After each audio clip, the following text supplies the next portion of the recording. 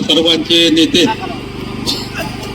महाराष्ट्र राज्य विधान परिषदेचे माजी सभापती तथा आमदार श्रीमंत रामराजे नाईक निंबाळकर साहेब, त्याचबरोबर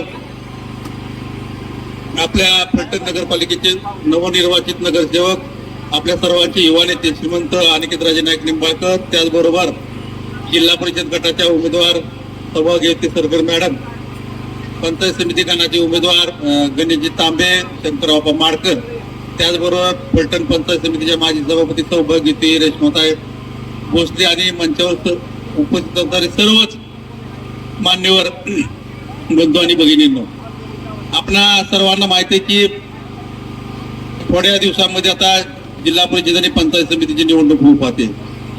आता माझ्यापूर्वी ज्यांनी प्रास्ताविक केलं त्यांनी सांगितलं की कांबळेश्वर या गावाला श्रीमंत रामराजे साहेबांच्या माध्यमातून खूप काही मिळालंय, खूप काही मिळाले. त्यामुळं तर महाराज नेहमी म्हणतात की कांबळेश्वर गाव हे मतदान देण्यास कुठेतरी कमी पडतंय आणि हे या निवडणुकीमध्ये झालं नाही पाहिजे. मित्रांनो, तुम्हा सर्वांना माहिती आहे की कांबळेश्वर मध्ये जे भिवाई देवस्थान आहे, या देवस्थानला माझ्या माहितीप्रमाणे 20 वर्षापूर्वी बाळासाहेबांनी तीर्थक्षेत्र हा दर्जा प्राप्त करून दिला. आपल्या सर्वांना आठवत असेल की त्यावेळेला महाराष्ट्र विधानसभेमधील ज्येष्ठ मंत्री महोदय गणपतराव देशमुख हे या भिवाई मंदिरामध्ये आले होते. त्या कार्यक्रमाला आम्ही सुद्धा उपस्थित होतो.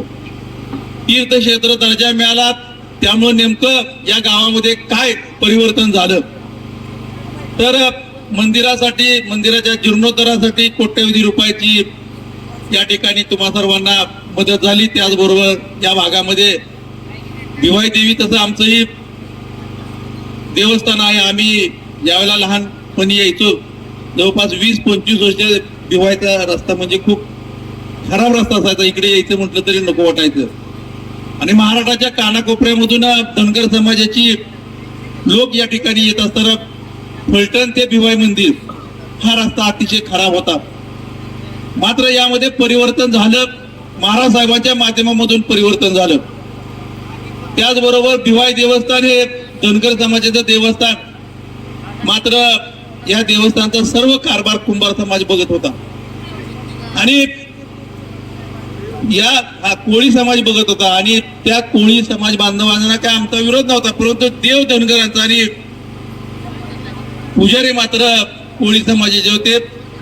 श्रीमंत संजीवराजे साहेबांच्या माध्यमातून, श्रीमंत महाराज साहेबांच्या माध्यमातून आपण एक दुसरा ट्रस्ट या ठिकाणी स्थापन केला आणि त्या ट्रस्टला सगळी मदत महाराज साहेबांनी केली.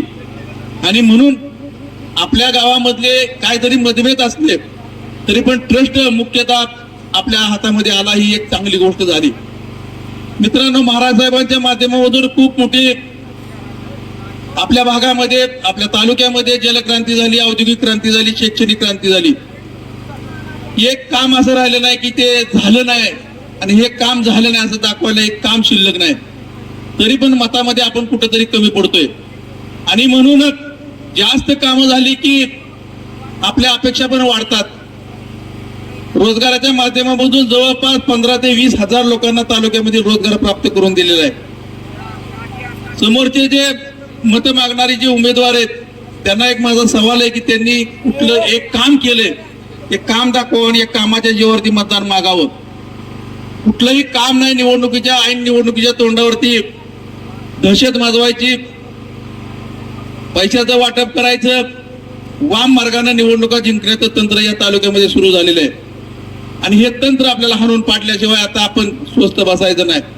महाराज साहेबांनी या तालुक्यामध्ये एक अतिशय विकासाची घडी बसवली आणि ती घडी विस्कटता कामा नये. म्हणून येणारी जी जिल्हा परिषद निवडणूक आहे ती कसल्याही परिस्थितीमध्ये आपल्याला जिंकावं लागणार आहे.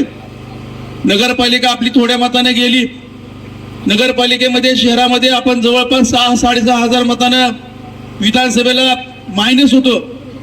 मात्र आताची निवडणूक जर बघितली तर नगर परिषदेच्या निवडणुकीच्या तोंडावर 53 लोकांना भाजपामध्ये प्रवेश केला. त्यामध्ये माजी नगरसेवक 17 होते आपल्या गटाचे आणि 5 माजी नगराध्यक्ष होते. खरं तर महाराजांनी ज्यांना मोठं केलं तीच लोक आपली प्रॉपर्टी वाचवण्यासाठी असेल किंवा आपला व्यवसाय वाचवण्यासाठी असेल, यासाठी त्यांनी पक्षप्रवेश केला. एवढं करून उलट लीड वाढायच्या ऐवजी लीड 300 मतावरती आले. थोडक्यामध्ये आपल्याला पराभव पत्करावा लागला. खरं तर हे व्हायला नको होतं, मात्र दुर्दैवाने हे झालं. आता ही तरी निवडणूक तुम्ही कसल्याही परिस्थितीत महाराज साहेबांच्या हातामधून जाता कामा नये, अशा पद्धतीने आपल्याला भविष्यामध्ये काम करावं लागणार आहे. आणि हे काम करत असताना तुम्हाला माहिती आहे की भारतीय जनता पक्षाचं जे सरकार आहे ते जे राज्यामध्ये होतंय तेच आपल्या फलटण तालुक्यामध्ये होतंय. राज्यामध्ये काम करत असताना तुम्हाला माहिती आहे भारतीय जनता पक्षाच्या सरकारनं समाजामध्ये जातीमध्ये तेढ निर्माण करण्याचा प्रयत्न केलेला आहे. आणि भांडणं लावणं आणि त्या भांडणाचा फायदा करून घेणं आणि निवडणुका जिंकणं, वाम मार्गाने जिंकलं, वेळ प्रसंगी मशीन ताब्यात घेणं, वेळ प्रसंगी धाड धपडशाही करणं, हे उद्योग चालू आहेत.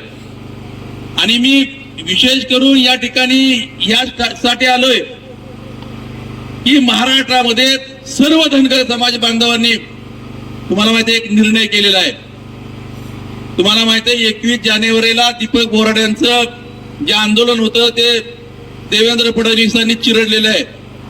आणि या आंदोलनाचा बदला घ्यायचा आहे. लोकशाहीच्या मार्गानं धनगरांना अनुसूचित जमातीची सवलत मिळावी म्हणून त्यांचं ते आंदोलन चालू होतं.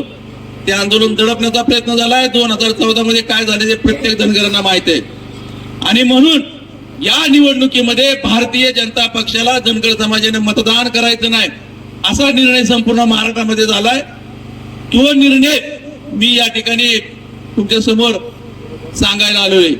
आपल्या समाजामधले काही लोक येत आहेत तिथं. बाळासाहेब, आपण ज्यांना मोठे केलं ती लोक जात आहेत, धनगर समाजाच्या मुख्य पुढाऱ्यांना भेटतायत आणि सांगतायत की भाजपमध्ये प्रवेश करा, भाजपमध्ये प्रवेश करा. हा उद्योग सुद्धा त्यांनी बंद करावा. त्यांना लाज वाटली पाहिजे. कारण का ज्यांच्या जीवावरती आपण कोट्यवधीची माया जमवली, ज्यांच्या जीवावरती आपल्या घरामध्ये 2-2, 4-4 नोकरे, अशा हरामखोर प्रवृत्तीला एवढं कृतज्ञ होता कामा नये. एवढंच फक्त मला या ठिकाणी सांगायचे. अशा प्रवृत्ती तुमच्याकडे येतील, त्या प्रवृत्तींना वेळीच ठेचून काढा, एवढंच या ठिकाणी मी नम्र आवाहन करतो. आणि पुन्हा एकदा या ठिकाणी मला बोलण्याची संयोजकांनी संधी दिली त्याबद्दल मी आपल्या सर्वांचं मनापासून आभार व्यक्त करतो. येणाऱ्या निवडणुकीमध्ये जिल्हा परिषद आणि पंचायत समितीच्या आपले जे उमेदवार आहेत त्यांचं चिन्ह धनुष्यबाण आहे. या धनुष्यबाणाच्या चिन्हासमोर बटन दाबा आणि त्यांना प्रचंड मताधिक्याने विजय करा.